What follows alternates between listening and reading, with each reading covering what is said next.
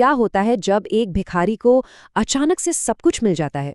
आज हम एक ऐसी ही कहानी को समझेंगे जो ये दिखाती है कि किस्मत कैसे एक पल में बदल सकती है और कैसे किसी इंसान का असली चरित्र ही उसके भाग्य को तय करता है। चलिए इस कहानी की गहराइयों में उतरते हैं। ये सवाल सुनने में थोड़ा अजीब लगता है ना? लेकिन यही इस पूरी कहानी का दिल है। ये हमें एक ऐसी यात्रा पर ले जाता है जहाँ जादू है, किस्मत है और इंसानियत का असली इम्तिहान भी है। तो हमारी कहानी का जो हीरो है उसका नाम है धनराज। लेकिन जब हम उससे पहली बार मिलते हैं तो उसकी जिंदगी में हीरो जैसा कुछ भी नहीं है। वो तो बस गरीबी और लाचारी के अंधेरे में जी रहा है। उसकी गरीबी किस हद तक थी आप अंदाजा लगाइए। कहानी बताती है कि कई कई दिनों तक उसके घर चूल्हा ही नहीं जलता था। गांव वाले भी उससे दूरी रहते थे।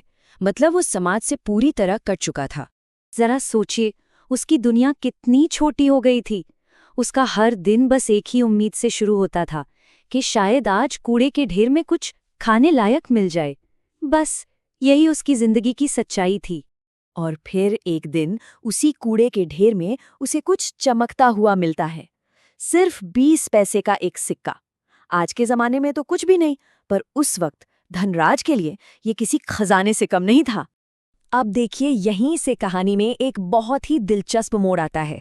कोई और होता तो शायद उन पैसों से अपने लिए खाना खरीद लेता, लेकिन धनराज ने कुछ और ही चुना। उसने उन पैसों से एक साथी खरीदा, एक छोटा सा मोर का बच्चा। एक ऐसा फैसला जिसने अनजाने में उसकी किस्मत की पूरी कहानी ही लिख दी।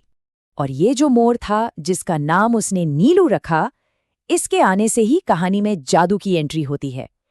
ये कोई आम पक्षी नहीं था, जैसा कि धनराज को बहुत जल्द पता चलने वाला था। कुछ समय बाद धनराज को तो अपनी आंखों और कानों पर यकीन ही नहीं हुआ होगा। नीलू, उसका मोर, इंसानों की तरह बात कर सकता था। और ये तो बस शुरुआत थी। नीलू के पास धनराज की गरीबी को हमेशा हमेशा के लिए खत्म करने की एक हैरान कर देने वाली योजना थी। और प्लान भी कोई छोटा मोटा नहीं था।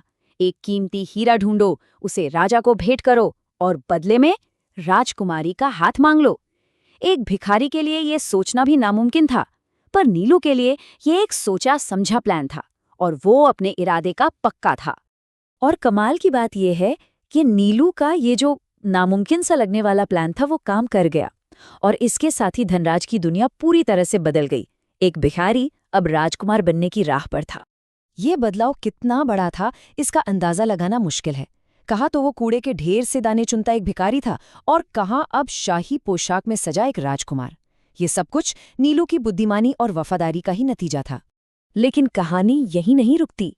नीलू एक विशाल नाग को हराकर एक पूरे शहर को आजाद कराता है और उस खजाने से भरे नगर का राजा धनराज को बना देता है। अब धनराज सिर्फ राजकुमार नहीं, बल्कि एक शक्तिशाली राजा था। वो सफलता की चोटी पर पहुंच चुका था। लेकिन अक्सर ऐसा होता है ना कि सत्ता इंसान को बदल देती है। जैसे जैसे धनराज की शक्ति और दौलत बढ़ी, उसके अंदर का इंसान छोटा होने लगा, और यहीं से कहानी का सबसे दुखद मोड़ शुरू होता है। इस नई जिंदगी की चकाचौंध में धनराज धीरे धीरे उस दोस्त को भूलने लगा जिसने उसे ये सब दिया था। उसका आभार अहंकार में बदल रहा था, और अब उसे नीलू की मौजूदगी भी चुभने लगी थी। धनराज का असली रंग तब सामने आया जब उसे पता चला कि उसका वफादार दोस्त नीलू बहुत बीमार है।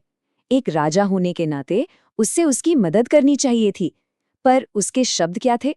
ये तो बस एक जानवर है, लाल बाजरे का दलिया बना दो। उसकी आवाज में चिंता नहीं थी, सिर्फ बेरुखी थी। और फिर उसने वो कह दिया जिसकी किसी ने कल्पना भी नहीं की होगी, उसे मरने दो, मुझे कोई फर्क नहीं पड़ता।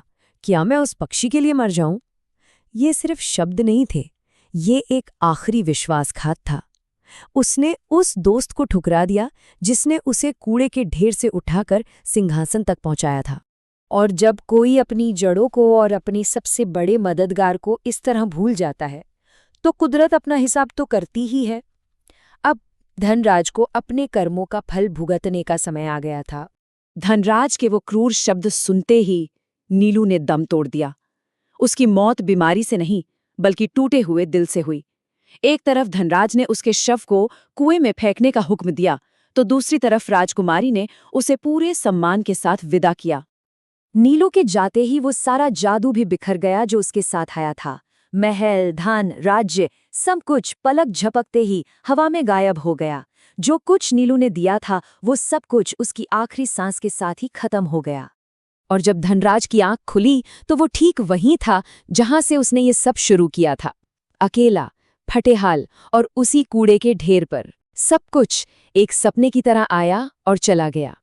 तो ये कहानी हमें क्या सिखाती है? शायद यही कि किस्मत आपको शिखर तक पहुंचा तो सकती है, लेकिन वहां टिके रहने के लिए सिर्फ एक चीज काम आती है, आपका चरित्र।